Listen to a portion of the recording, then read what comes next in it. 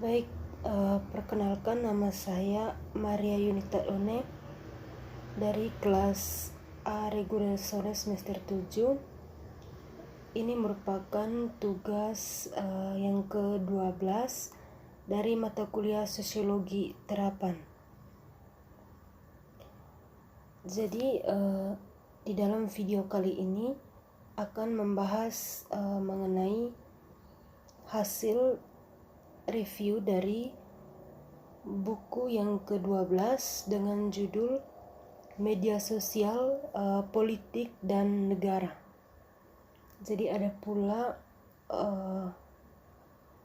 hal-hal yang dibahas dalam buku ini, yaitu berkaitan dengan protes, revolusi, kerusuhan, kejahatan, dan kepolisian di era Facebook, Twitter, dan YouTube. Jadi buku ini diedit oleh Daniel Trocher dan Christian Fox. Oke, kita sedikit membuka pikiran kita terkait tema yang ada, bahwa tentu jika mendengar tentang Facebook, Twitter, dan YouTube, ini bukan merupakan hal yang baru, yang mana ini sudah melekat di dalam diri kita masing-masing, bahkan seolah-olah tanpa aplikasi tersebut kita terasa hampa, dan adanya aplikasi tersebut kita lebih merasa nyaman dibanding dengan interaksi yang secara langsung, secara tatap muka,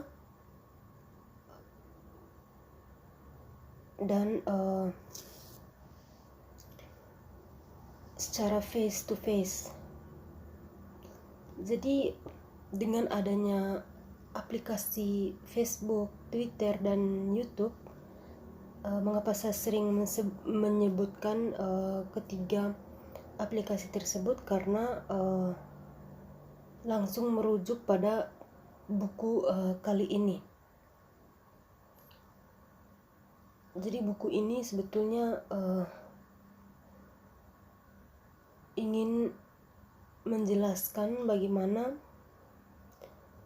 pedoman untuk memahami kekuasaan negara dan politik diperebutkan dan dilakukan di media sosial, yang mana media sosial seperti Facebook, Twitter, dan YouTube yang saya sebutkan tadi, dan yang menjadi ciri khas dari pembahasan dalam buku kali ini. Jadi menurut saya tema yang ada dalam buku ini sangat bagus. Mengapa saya katakan demikian? Karena dilihat dari realita, sekarang banyak segala masalah politik, baik masalah yang berkaitan dengan negara, dimuat dalam media-media sosial tersebut, sehingga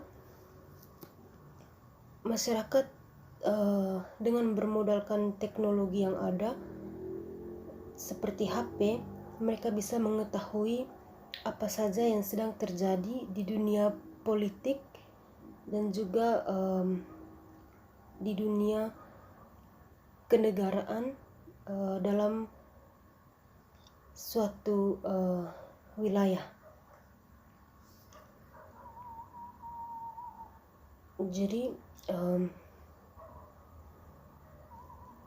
itu merupakan inti secara garis besar dalam buku ini.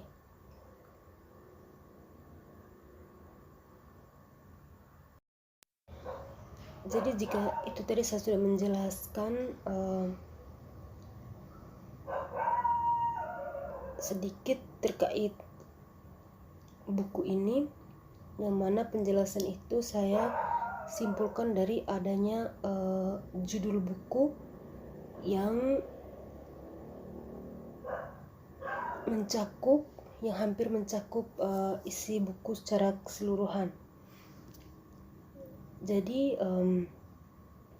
sekarang kita akan masuk ke dalam pembahasan dari buku yang dimaksud. Jadi buku ini adalah pedoman penting untuk memahami bagaimana kekuasaan negara dan politik diperebutkan dan dilakukan di media sosial. Jadi ini menyatukan kontra penghargaan oleh para sarjana media sosial yang mengeksplorasi hubungan sosial dengan revolusi, pemberontakan, protes, kekuasaan dan kontra kekuatan negara, kepolisian, dan pengawasan. Ini menunjukkan bagaimana tindakan kolektif dan kekuasaan negara terkait dan konflik sebagai dua sisi dialektis sosial kekuatan media, dan bagaimana kekuatan dan kontra kekuatan didistribusikan. Dalam hal ini fokus teoritis dan penelitian yang diteliti secara empiris mempertimbangkan sifat kontradiktif dua sisi kekuasaan dalam kaitannya dengan media sosial dan politik. Jadi bab-bab membahas media sosial dalam konteks fenomena seperti revolusi kontemporer di Mesir dan di negara lain, populis 2.0, anti-protes penghematan, gerakan fasis dan krisis Yunani, anonim dan pengawasan polisi. Tujuan dari bab ini adalah untuk memberikan kerangka dasar untuk analisis media sosial, politik, dan negara. Jadi bab ini disusun dengan cara berikut. Bagian 2 membahas apa media sosial dengan penekanan khusus pada apa yang membuat media sosial menjadi sosial. Bagian 3 membahas kerangka teoritis untuk memahami masyarakat modern. Bagian keempat membahas sifat aktivitas media sosial dalam kaitannya dengan masyarakat modern. Bagian kelima mengusulkan landasan teoritis pemahaman tentang negara, sedangkan bagian keenam membahas berbagai cabang yang membentuk negara bagian. Bagian yang ketujuh berfokus pada politik serta hubungan antar negara dan politik. Bagian kedelapan membahas kekuasaan, spesifikasi secara khusus menyatukan kekuasaan dan kekuatan perusahaan. Bagian yang kesembilan membahas kejahatan dan kepolisian dengan penekanan pada hubungan polisi dengan negara. Bagian yang ke-10 mempertimbangkan perbedaan antar protes, revolusi, dan kerusuhan. Akhirnya, bagian 11 menawarkan beberapa pernyataan penutup. Diperlukan pendekatan teoritis yang mengidentifikasi berbagai dimensi bagian sosialitas yang didasarkan pada kontinuitas dan diskontinuitas perkembangan internet dapat dipelajari secara empiris. Jadi tadi saya sudah memberikan gambaran terkait beberapa bab yang dibahas dalam buku ini. Jadi tentu jika kita melihat tema dari masing-masing bab, tentu sangat menarik untuk dibahas, yang mana tiap bab sangat mengacu erat pada judul buku secara umum dan berkaitan langsung dengan bagaimana media sosial berpengaruh pada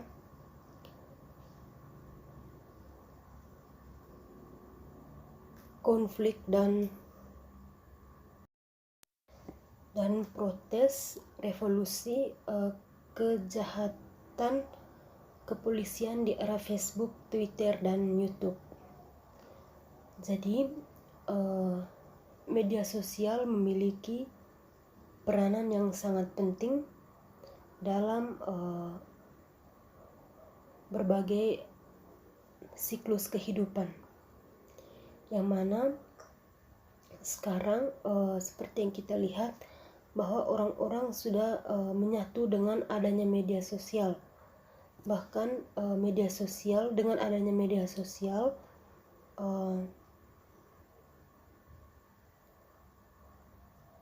kurangnya interaksi sesama manusia, yang mana di sini lebih menonjol atau lebih yang terkena dampak itu adalah interaksi secara langsung, yang mana seperti face to face tanpa ada pengantara. Jadi dengan adanya media sosial di sini tentu masyarakat mampu mengetahui bagaimana situasi politik dan negara yang sebelum adanya media sosial masyarakat sangat sulit untuk mengetahui bagaimana situasi politik yang sedang dialami di dalam kehidupan berbangsa dan bernegara. Tapi dengan adanya media sosial, masyarakat cepat memperoleh informasi, sehingga di sini dapat dihitung masyarakat sudah mulai meningkat satu level ke masyarakat yang maju dengan mengetahui dan mempelajari berbagai media sosial dan peralatan teknologi lainnya.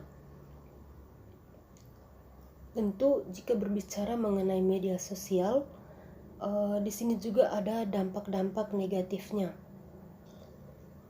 Tetapi kembali lagi bagaimana seseorang memaknainya dan dapat memberikan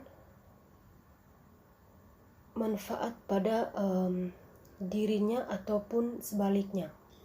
Jadi di sini kita harus lebih bijak dalam menggunakan media sosial. Yang sering ramai diperbincangkan di media sosial adalah yang mana menjelang situasi yang berkaitan dengan hal-hal politik.